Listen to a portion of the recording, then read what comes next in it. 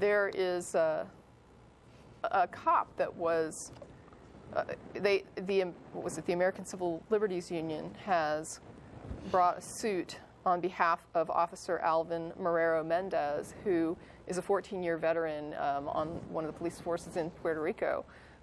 He was called out at a prayer ceremony where he did not want to participate because he was an atheist, and I think it said that he was asked to lead one of the prayers and declined. And for that, he was immediately isolated from his fellows in the department, made to go stand by himself, and it was loudly expressed that he was isolated because he does not believe what the rest of them believe. Now, I realize that's probably not something, it may not be a sentiment that was shared by all his fellows, but certainly his superior did the wrong thing there. And he was also given like some really lousy duty after that, and it seems like he suffered quite a bit at his job after it came out that he was an atheist, and he just simply declined to participate in a religious, practice that should really not have even been at his job. And when I got to this article again from somebody that I am an acquaintance with, who sent it to me, who is in Puerto Rico and has worked in law enforcement, he expressed that he has had similar views where he thought, I don't want to participate in this, but if I out myself, I know it's not going to be good. It's going to be really bad. And so he expressed that he did feel intimidated as well as an atheist in that same arena, and that it was clear to him that it would be dangerous to come out and that he would probably face repercussions for it, and that's exactly what happened to this poor person. I don't even know, it's like I want to say more about it than just express what happened, but at the same time it seems so obvious to me that you shouldn't do this to somebody. It shouldn't even require an explanation.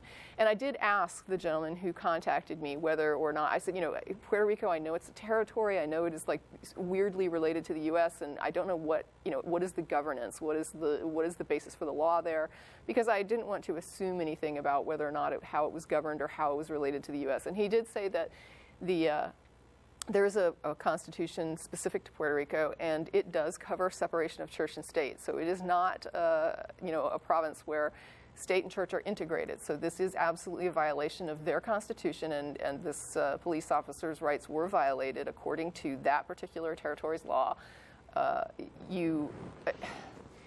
There is just nothing good about using your religion to bludgeon someone and to persecute them and to torment them at their work and to isolate them and make their workplace, a nightmare.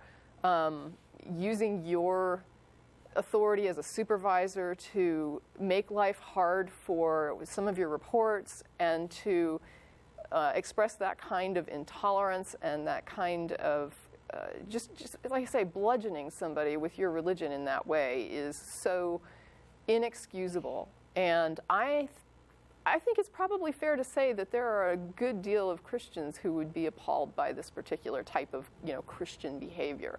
It's fairly obnoxious and nasty, just on a personal human level.